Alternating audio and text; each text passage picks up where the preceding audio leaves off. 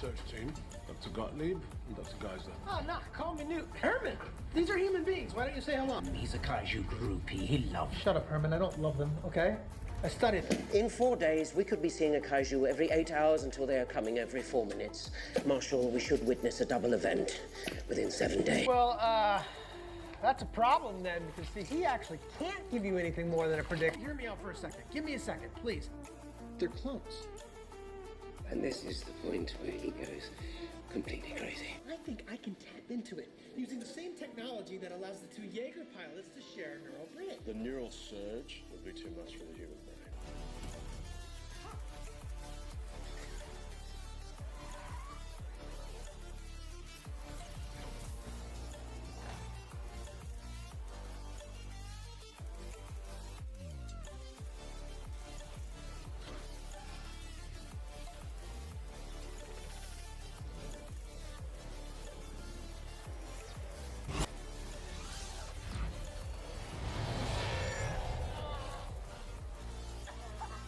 Newton.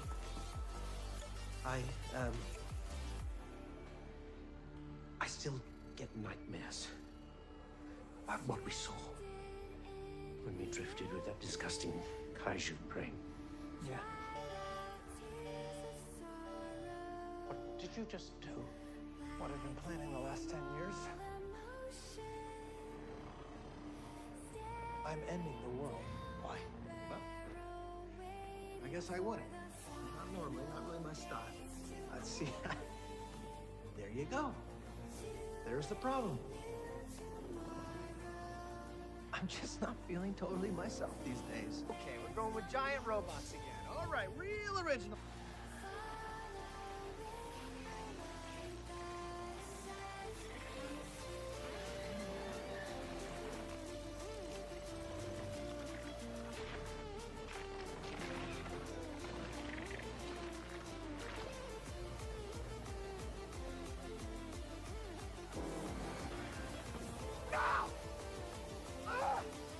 Okay, what? Plan B. What's plan B?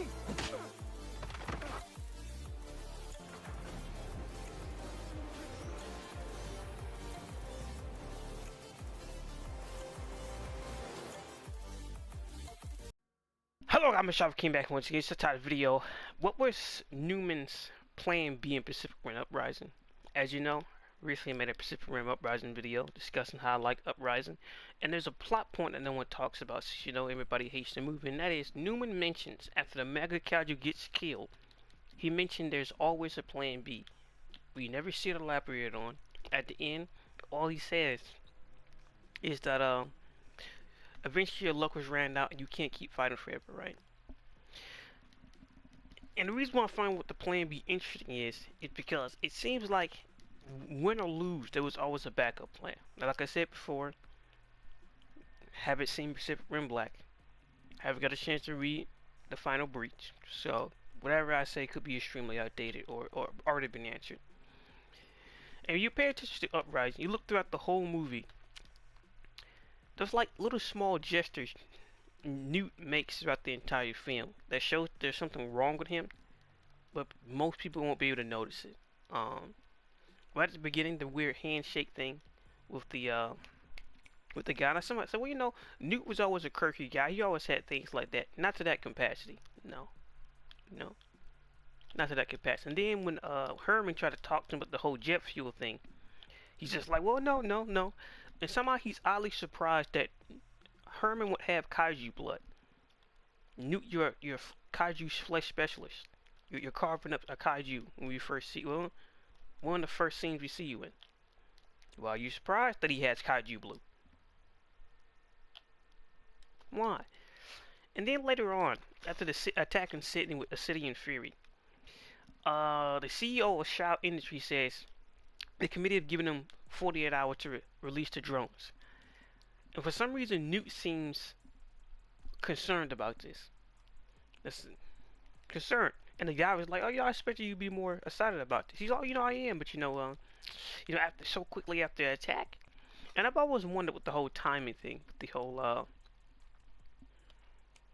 with the drone attack on the across the world in the Pan Pacific Defense Force. I was first thinking, well, you know, it's pitch perfect timing. Maybe it wasn't. Maybe the timing of that attack was just spur of the moment, pushed on by Shao, because maybe they didn't want to go directly into pushing, not pushing, go directly into attacking the PDF since they're already on high alert. Maybe they want to space it out some, make sure they had their guards down, or had their Jaegers not there, then wipe out the whole facility, and you know they can't really repair Jaegers or do anything else like that. The attack is still successful, but a few Jaegers survived and tried to go after the Kaijus afterwards, but that didn't really work out. And there's multiple scenes, even before he drifts with Alice, where Newt is not all the way there. He's not thinking properly. He's like some might say, well, why would Newt ever try? Well, why would Newt specialize in mecha and cybernetic? Not cybernetic. It was specialized in mecha. Well, that's not Newt doing that. That's the precursors. Remember, Newt is primarily a kaiju specialist. He's not a mecha guy. Herman's more of a mecha guy, which is why no one paid attention to when Herman mentioned to Newt that he still has nightmares of when he drifted with the kaiju. That wasn't just some random one-off line. That was more than likely the precursors are still trying to restart that link, right, between Herman and the precursors. Because compared to Newt, they got to really do a lot of extra work with Newt and really put him in this position. But Herman is a high-level scientist in the Pacific Defense Force. If anybody would have probably got away with everything Newt did in Uprising, it would have been him. Especially not including all the backdoor files and all the stuff on the Jaegers and everything like that. Would have been vast better, right? If you look at the drones, you look at Obsidian Fury, they look the same. They got the same general body design. And they went for a chicken leg design, on which, unless you're big and bulky, most Mark 6 and most 5 got a humanoid type design. Weird, isn't it? Strange. Very strange. But on back to the main point. What was Plan B? And before I get to the main point, okay, I gotta set up all this backstory. Hannibal Child, mentioned in the first movie, he also tried to drift with a kaiju. We don't know with what capacity. We don't know if he did it the same way Newt did it, because the way his eyes messed up, it's just it implies he did it, but the neural load was so I think he tried to drift with a full kaiju brain, and it blew up one of his nervous system, because it's mentioned by Herman and everybody else that they wouldn't be able to withstand a neural load, which probably what happened with Hannibal Child, what probably led to him not getting the proper connection like Newt did, which is why when that double event happened with 2 Category 4s, 2 of the strongest kaiju ever sent through Leatherback and Otachi, that was looking for Newt. Newt was the key. Newt was the foundational planting, since they've already opened up the full-fledged back door. They got a lot of new backstory, a lot of information, a lot of intel that was very useful, which probably led to that Category 5 being the way he is at the end of the first Pacific Rim. But all this to say, that sum it up, a potential Plan B, I guess the only way I can really put it is find some way to ignite the the Ring of Fire around Atlantic, and not Atlantic, the Pacific. How are you gonna do that? You release a kaiju that is big enough to push apart the tectonic plates and hop into it. That would do the exact same thing they were trying to do in Mount Fuji, just the fact that it'll be a whole lot less work. And that kaiju had to be pretty big. The tectonic plates are that's a whole lot of pressure. Then to do that underwater, it'll be a lot easier to go to Mount Fuji than to try to push apart the tectonic plates. But if you already got a kaiju that can deal on the ground, why not have a kaiju that could be big enough to push apart them plates? Why not? Because outside of that, what would a Herman Plan B actually be? Not Herman, Newt. He's already been exposed. Everybody knows his tricks. We all know what side he's working on. He no longer has connections to side industries. He may have a few backdoors in side industries, but the drones aren't active anymore after the attack. What type of Plan B would he truly be able to come up with? Outside of trying to ignite the Ring of Fire, in which, what I mentioned in the previous video, I believe the Mega Kaiju was supposed to be composed of 4 kaijus, not 3. And the reason why is when the drones open up the breach to let in multiple different kaijus, we didn't see 5. We didn't see 7. We only saw 4. And the first one we saw was Crab Cake. We didn't even get a chance to see what Raiju, Scattershot, or Hunrata looked like. So if there was supposed to be a kaiju bigger than that, maybe that full-fledged kaiju could have pulled apart tectonic plates. You never know. Because that way, violent reaction in the water, and creates a chemical reaction that pretty much flood the whole planet, and still unite the entirety of the Ring of Fire. Just the fact that going to Mount Fuji would be a lot easier. Alright? But I know it's an interesting plot point, an interesting thought to think about what Newt's backup plan would have been, since everything else kind of failed. And sure, he was mad about it, but he's just like, what type of backup plan he could have? The facility where he built Obsidian Fury is destroyed. I doubt he still have a back door to Shot Industries drones. Because I don't know, cause we don't know, because it's been 10 years, we don't know how much damage Newt did. A lot of things he could have done and implemented in multiple different decommissioned spots, we don't know. You really don't. So it wouldn't be surprising if Newt, while being controlled by the precursors, put the finishing touches on Obsidian Fury and the rest of the KSI drones. Can you look at the transformation, right? It appears to look like, well, it seems like it's a bunch of flesh growing out of nowhere. But like Amari said with Obsidian Fury, the flesh and the wiring is all hooked up all together throughout Obsidian Fury. Meaning, that little kaiju surprise he was talking about exists in every single one of those drones that transform. That's why they had blue blood. It wasn't just, some precursor magic. It was intimate like that through mutation and Newt. The whole system is built like that. The whole one. So, that'll be the only thing I can think of. Then you got another problem, right? Then how would they, right? How would they send a category? How would they send a kaiju that big into the Earth to do that? Well, if the Uprising War is what I think it is, then you just open up a breach and just send that big fella right on through. Only difference is every time they send one through, they get jumped on by a bunch of Jaegers instantly. Cause I know where they're gonna show up. So, yeah, it's an interesting question. Interesting question.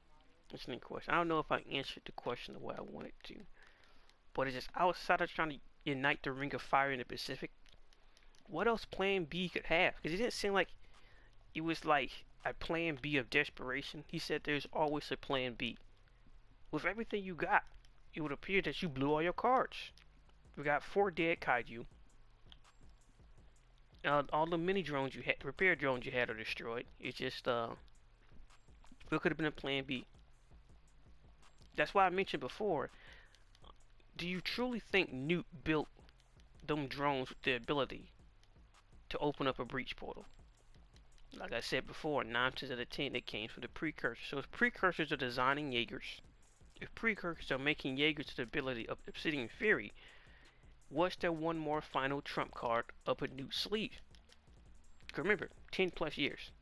Outside of uniting the Ring of Fire, what else could he have done?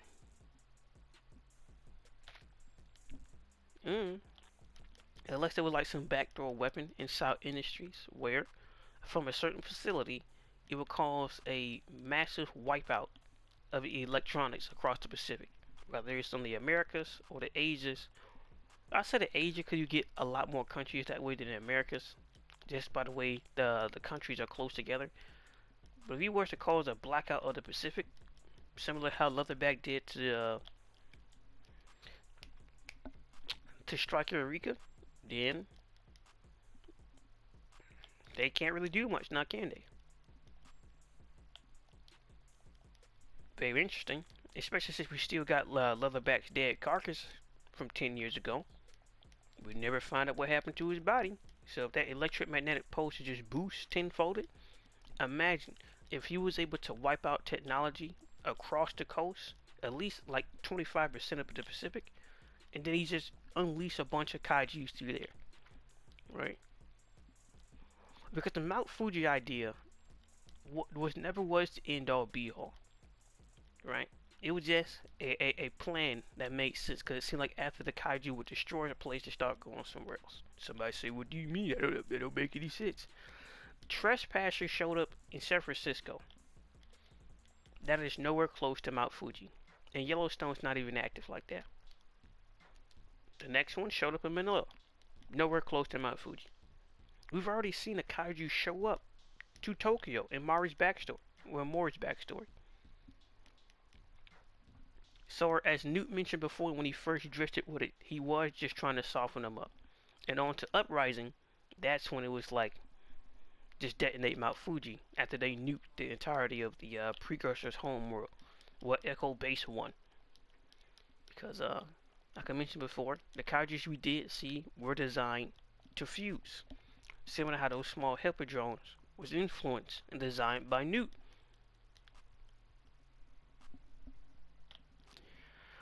So I just one of those things, interesting leftover plot points of what his backup plan was. Because it seemed at the end he didn't really give any hints towards what it could have been, or to watch out for this or that.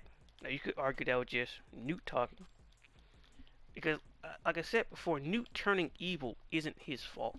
And the conversation he had with Herman pretty much proved that there's nothing he could have done. He drifted with a kaiju for the first time. They sent 2 Category 4s after him. He drifted with a kaiju again. This one a newborn, and that pretty much made the connection permanent. And some might say, why would he continue to drift with Alice after that? To strengthen the bonds, really.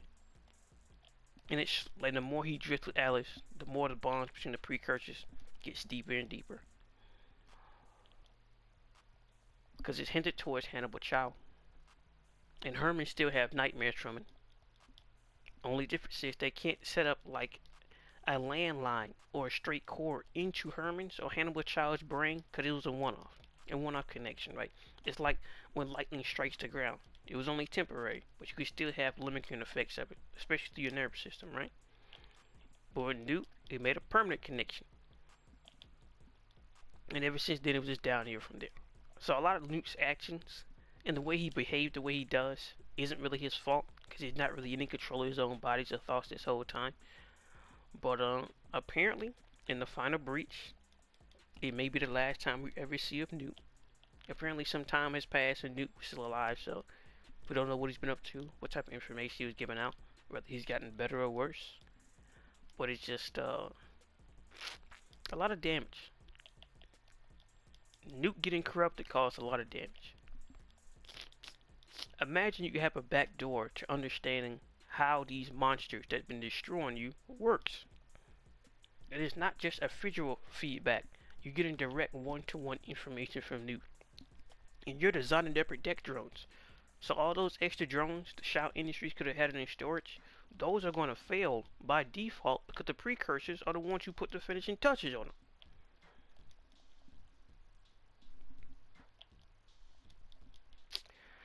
So I don't know. It's an interesting thought point. Like I said before, Pacific Rim got one of the most richest universe out there, and there's a lot of potential, a lot of ideas that can come from it. And hopefully for a TV show, especially for a game. And it's, I don't even care if it's like a 2D fighting game, or if it's like a 3D one, like the one on PS3 was, but just had better fighting mechanics. I would take either or. But I know it's a very interesting thought point, because there was a backup plan. He did prepare a backup plan. It's something how I think Plan A was pushed forward because of Shao Industries. Because the way he was looking, it was like one or two things. Either that was the real Newt and he was concerned what's going to happen with the planet, or it was pushed like a few days or hours ahead. Because I doubt they want to attack the PDFs when they were still on high alert after they send the attack.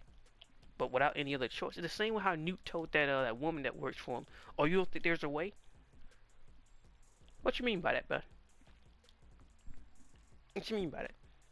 And he's all excited. "Oh, I told you we could do it in 48 hours." Of course you did, buddy. You gonna tell him where you got all them AI spears from? And what type of finishing touches you put on them? Huh? Yeah. I think it's fascinating. Especially with the Obsidian Fury plot point. Because you look at it, and you pay attention. And a lot of interesting questions get raised. A lot of interesting answers. But, hell, I'm not trying to make this a 20-minute video talking about what was Newt's plan B in Pacific Rim Uprising.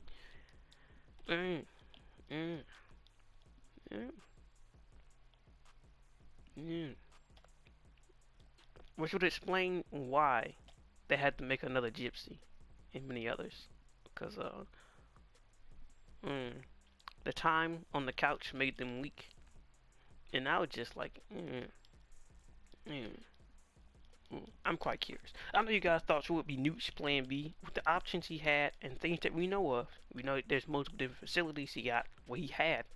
We know there's still a connection to Alice, so which hopefully they raid the Alice stuff and just put that thing out of its misery. But it's an interesting question. Interesting. I know you got thoughts and opinions about it. What you guys thoughts about the potential master plan of Newt and bit of WK? Like, comment, subscribe, and what's your thoughts about it? Peace.